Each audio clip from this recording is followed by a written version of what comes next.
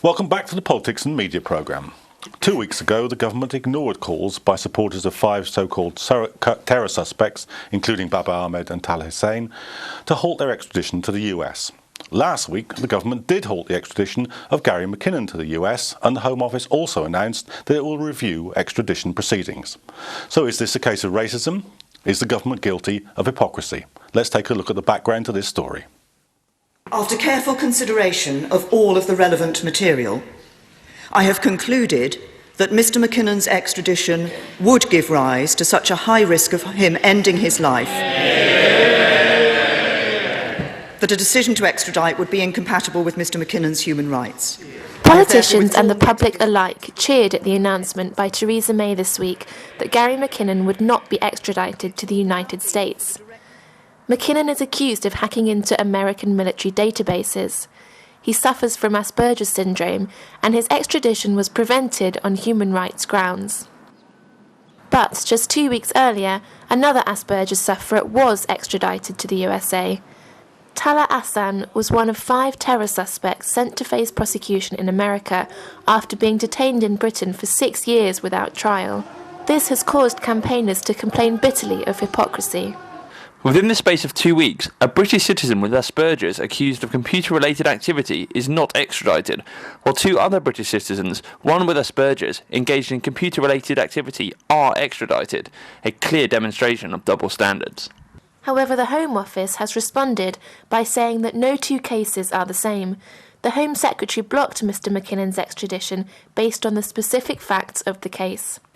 Theresa May also stated her intention to rethink the terms of the extradition treaty between the UK and USA. She announced the law would be changed to include a forum bar, meaning that a court hearing must in future be held to decide whether a person should stand trial in the UK or abroad. Had this change in law been effected sooner, it is unclear whether it would have prevented the extradition of others, including Talha Hassan and Baba Ahmed. Charlotte Hawkins, Islam Channel. Well, with me to discuss the issue is Nigel Mills, Conservative MP for the Amber Valley, and Dr Ismail Jalisi of the We Are Baba Ahmed campaign. On the phone, we have Professor Bill Bowring, who's Professor of Law at Birkbeck, University of London. Welcome to you all. I guess, Nigel, we can agree with the Home Office that no 2 cases are the same, but if there were ever some cases that were very similar, it looks like the case of 2 people here, one of the suspects with Asperger's, extradited, surely in the same danger as Gary McKinnon. I think if I was Mr.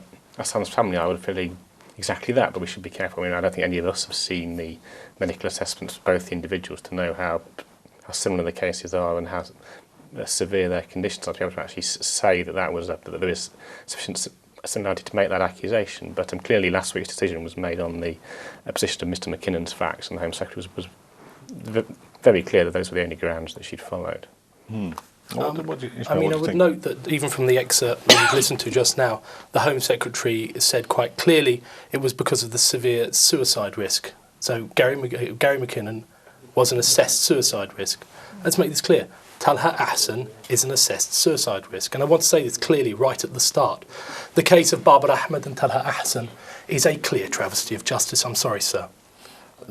Theresa May, in having extradited Baba and Talha after a specific campaign of demonisation over the period of their incarceration, is guilty of having run roughshod over their inherent rights as British citizen. And she has shown herself and the government as a whole to be bigoted, and others have already said this.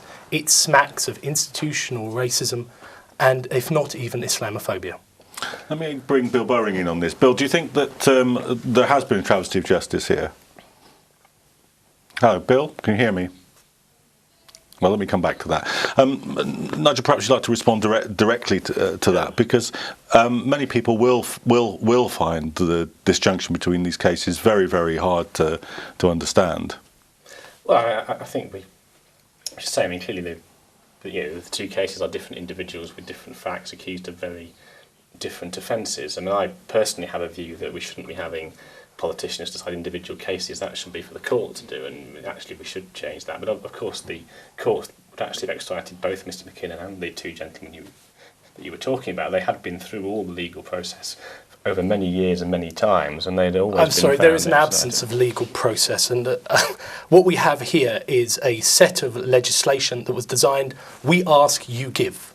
And on the flip side, for the Americans, you ask, you better prove it. That's the legislation we have in place. Well, of course, the process consists of, have you signed the documentation? That's not a process. Let's come back to the whole extradition process in a moment, because I do want to deal with that. Yeah. But Nigel, on this specific case. Well, I honestly reject any suggestion that the Home Secretary was Islamophobic in making these decisions. I think she decided all the cases on the individual merits presented to her. All three individuals, Babar Ahmed, Hassan and McKinnon, had all been all the way through the court process, including the European courts, had all found that they should all be extradited.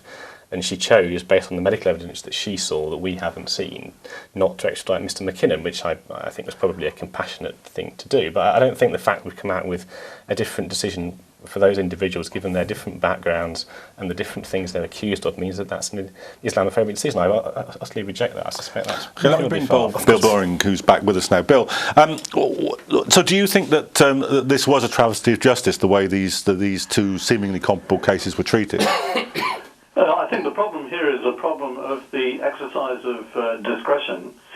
And this particular case is not unprecedented, by the way. And when this happened in a very controversial matter previously was back in 2000, when Jack Straw decided that Pinochet was not going to go back to Chile, despite the fact that the matter had been all the way through the courts. And the courts up to and including the House of Lords said that he had to go back. And that was immensely controversial at the time. And there was an attempt to judicially review Jack Straw. And I don't know if it's recalled that Pinochet, when he got back to Chile, had a miraculous recovery. I think this kind of exercise of discretion is really quite dangerous. And Bill, do you think, is it your understanding that in the review of the extradition procedure, perhaps this will be eradicated, or is it going to be sustained? Well, I'm reminded that Straw back in 2000 said that he was going to have a review of the extradition law. So there seems to be what Home Secretaries say when they take this kind of decision. And I really do think that this kind of thing ought to be dealt with by the courts. But of course the other problem here is the extremely unsatisfactory law concerning extradition, where the English courts are unable to look at the substance of the case. Okay, so Nigel, you were saying that you welcomed the review of the extradition. Would you like this business of the Home Secretary being able to say yea or nay removed from the process? Yes, but I think we in Parliament and politicians, we should set the law, set the policy, and then the court should apply that to individuals. We used to have a situation where the Home Secretary set the prison sentence for murderers or could review it. That was changed and moved that being a court. And I think it's quite right. You don't want politics to get involved in individual decisions. That should be for the courts. And Ishmael, what would you like to see out of the review of the extradition process? Yeah, because you were making some points about it, about the unequal nature of the extradition process. Our extradition treaty has been said by a number of campaigners against this treaty with the United States. The 2003 UK-US extradition treaty needs to be overhauled completely. We have a situation where, as Professor Boring said, that our courts do not receive the evidence against the accused. There is no consideration of where the offence has actually taken place. It's a case of they ask and they get. And that cannot be right. Moreover, the one case that's not been mentioned is the case of Richard O'Dwyer, who currently faces the risk of extradition. And Theresa May's statements in Parliament have done nothing to alleviate that. She's not indicated that if there is a change to the forum bar, it will apply to Richard O'Dwyer. So we have another British citizen who's going to be the forum bar being... The forum bar is a requirement that they consider where the crime actually took place. And even now, the kind of changes that I understand have been proposed would still leave the Americans in the driving seat. It won't be the default case that we're going to try here unless you show us there's a pressing need to try there. Let me just ask Bill Boring that. Is that your understanding, Bill, that the policy decision about where the trial will still be unequal even after a review of it? Well, I think this is highly problematic, isn't it? Because let's say there's a trial in this country. What will the evidence be precisely? One wonders. And this is a problem which recurs throughout extradition proceedings, as we've heard. So I think there has to be some way of ensuring that people threatened with extradition have the same rights, basically, as people charged with any criminal offence. And the problem lies also with the European arrest warrant, also lies with the European Treaty on Extradition. So, I mean, Ishmael, the link in the Baba Ahmed case with, the case for it being falling into American judicial process was very, very slight, wasn't it? It's something that actually could affect anyone in the world. There, as I understand it, for a brief period of time, it is alleged that the Azam.com website was hosted in the US. I don't know how long. And it's not really that's the meat of the matter before a court.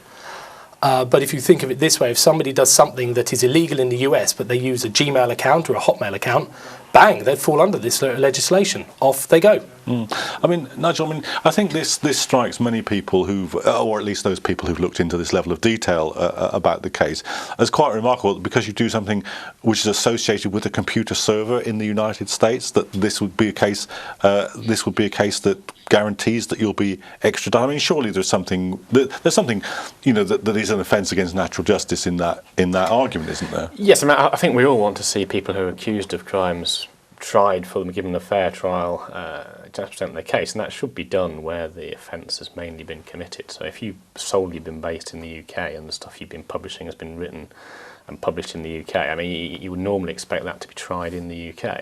These international boundaries are tricky. If you read a legal book, if there was such a thing, and it was published by HarperCollins in New York, you'd be shipped. I mean, there's something wrong there, isn't there? Yeah, I guess if you published a book in the US, you could be tried for libel there, I guess. But it is I think laws weren't written with electronic media in mind, and so you can get in these situations where. My apologies, but in 2003, electronic media was well established. We're talking about the internet being set up in. We're not talking about, these sort of principles of what happens where are kind of like.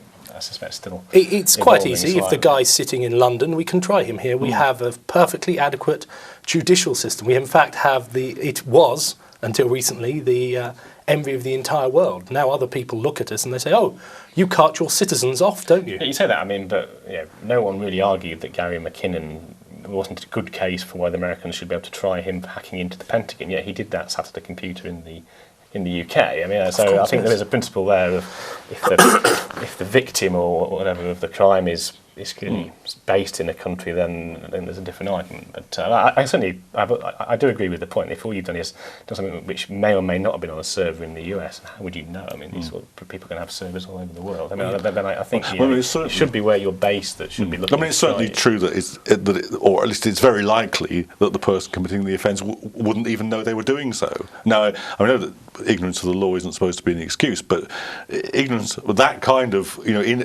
possibly unable to tell exactly what the server is based. Yeah, I'd have no idea how to find out. Yeah. It's readily done for any geek. I'm a geek. Maybe I'm not on that. But the point being that one should be aware of the law of one's country. One cannot go around breaking the law of one's own country. And this is not what anyone, I think, would ever propose. But how can one be aware of the laws of every country? What if my server's based in, I don't know... Saudi Arabia. Well, that's where I am. So my server's in Saudi Arabia. They would, want to take jurisdiction. Would you really want to cart someone off?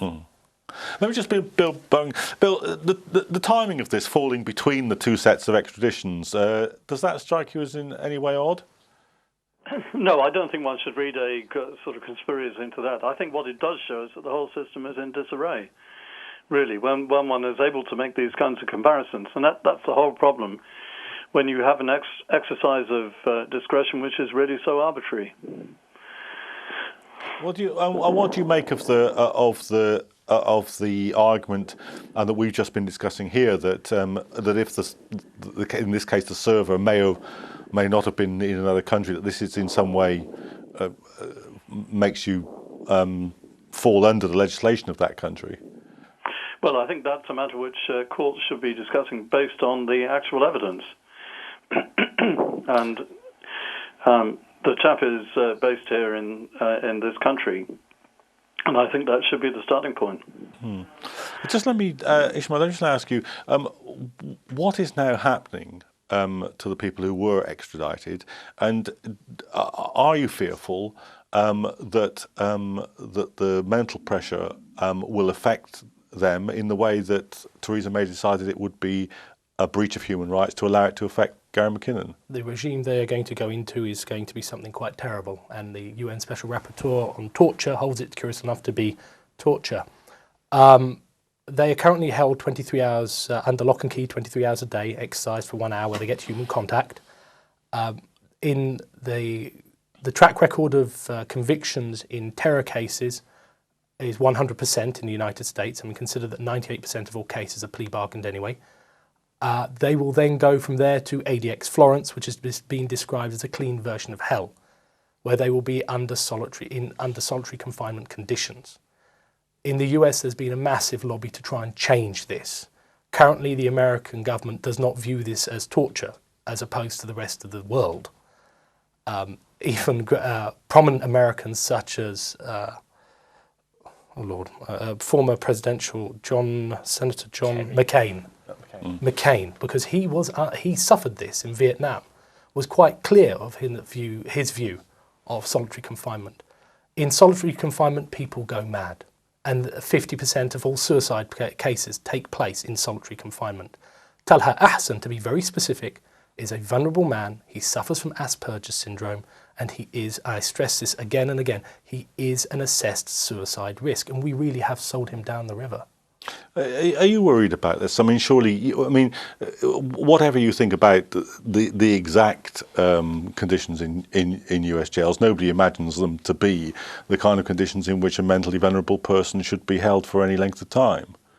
I think we come back to that. This is something that the courts should determine. I think the issues were all raised at the European courts, and they found that the US was a fit place to extradite these people to. Can I jump in there? The European Court, forgive me, refused to accept the evidence of the UN Special Rapporteur on torture on technical grounds, which was highly convenient. But these issues are not new ones. These issues were fully considered through the No, they're not a point of consideration at all in our system. It is a case of, is the paperwork in place? Do the Americans want you? Here's the plane. I mean, we have to think that these are very serious offences these people are accused of. It's right that people, if there's evidence of these sort of accusations, that people should be tried for them. I mean, I don't think any of us would argue against that. So if Americans think they have evidence, if our courts are happy with that process, then it's right that they get the chance to defend themselves in court. They have not defended themselves in a British court. They are British citizens. And even as you said earlier, that if the crime in of itself has been committed here, and this was in a previous case in 2010, Shepherd and Whittle, where the offence was racially inflammatory material held on servers in the US, but because they were operating it from the UK, they were tried here. But I mean, on the question of the seriousness of the crimes, that isn't quite the issue, certainly in the Talha Hassan case, because although it hasn't come out very clearly, Gary McKinnon made a number of very political statements actually about what he was doing, and he did, after all, not just download some material from a site. He did actually manage to hack into the core of the defence establishment. So, I mean, I think one of the problems here is that people will say, well, if we're judging it on the seriousness of the threat to national security, McKinnon's gone way out there, and also he is a self-described radical. Now, that's presumably those issues were irrelevant to Theresa May. She simply made the decision on the basis that he was so unwell as to be unsuitable for this treatment. Mr. McKinnon should stand trial here for those offences, and he can then see whether the court believes his defence. That's a decision for DPP, not for us. Sorry, forgive me. True. I mean, I would say, but I mean, what he's accused of is his defence is he hacked in to find details of alien landings. It will be for a court to decide whether that was a plausible defence or not. But that is a very different thing to any kind of incitement to terrorist acts or something. What terrorist acts? But we're talking about Chechnya. We have as I understand it, the dominant theme of the Azam website was Chechnya. Now we backed the Chechen rebels. We supported them politically. We have them in this country. The guys who were former rebels in Chechnya. Now Chechnya is resolved from a Russian perspective. Should we then actually ask for Barbar and Talha back and cart them off to Russia? Is that your proposal? Let us be clear. You're putting words in my mouth. Answer the point. I was trying to make the point that I don't think there was ever any suggestion that Mr. McKinnon was wanting to engage in any kind of terrorist activity or anything like that. He was, I think yes, hacking should be a very serious offence for which, if he's fit enough, he should stand trial. But I think there's a difference there between that and what the other gentlemen are accused of, be they innocent or not. I don't think Mr. McKinnon set out to hurt anybody. Well, Bill Burring, do you think that there's a serious distinction here to be made between these two cases, or do you think they're similar enough to warrant the charges of hypocrisy? It seems to me that what was clear in the McKinnon case is that there was a lot of pressure from a number of different directions, but particularly from within the Conservative Party. So I would certainly take that into account. I think if there's a distinction, that is the distinction, that this was seen as being abhorrent by members of the Home Secretary's party, who said so publicly. Well, I mean, you were one of those people that argued that he shouldn't be extradited. Do you think that's true? Do you think, with the point that Bill makes, that there was serious pressure inside the Tory party? There's clearly been a lot of pressure within Parliament and within the media on the McKinnon case. There was also a pretty fair amount of pressure on the Tapping case, and he was extradited. There was quite a lot of pressure on the Babar Ahmed case. I remember the emails and the campaign very well. So I think it's a case to say, the only reason McKinnon hasn't gone is because there was a lot of political pressure on that. There was in all these cases, but the Home Secretary was clear. She decided it based on the medical evidence that she'd been provided with that we haven't seen. The Home Secretary has disregarded the medical evidence in Talha Ahsan's case, 1. 2, in the case of Christopher Tappin, who was trapped in a sting operation. So again, he was sold down the river. Within 10 days, he was out on bail. He's currently playing golf, and good for him. Whereas Babar Ahmed and Talha Ahsan, after 18 days, are still under lock and key for 23 hours a day. That was pressure that was brought by our government correctly in the favour of Christopher Tappin, that he should be out to prepare his defence. How the dickens do you expect Babar and Talha to do the same if they're under lock and key? This government is treating British Muslims differently. I'm sorry. What do you think the next steps will be in this process, and what would you like to see happen? From a campaign perspective, we are pleading with William Hague. We are pleading with him and the Home Office to put pressure on the American government to allow Babar and Talha to be released on bail under the same conditions as Christopher Tappin, on a tag, so that they may prepare a defence against these very serious crimes. Do you think that's a fair request? It's clearly a fair request. I mean, it'll be for the US courts, as it is for us, to decide whether bail is appropriate. I mean, I doubt they're a threat to anybody in America. Whether they're a flight risk, I couldn't possibly say. But yes, if they should get a chance to prepare their defence. Inherently. Can I just, Bill, just on the broader issues. Okay, so you'd like to see the politicians out of the process. Just briefly, what else would you like to see done to the extradition process? A factor, since both the leaders of the Conservative and Liberal Democrat Party, when they were in opposition, argued very forcefully that Gary McKinnon should stand trial in Britain. So I think that's a factor. OK, well, I'm afraid that's all we're going to have time for now. I'd like to thank my studio guest, Anne Bill Burring, for joining us on the phone, and I hope that you'll join us again for future editions of the Politics and Media programme.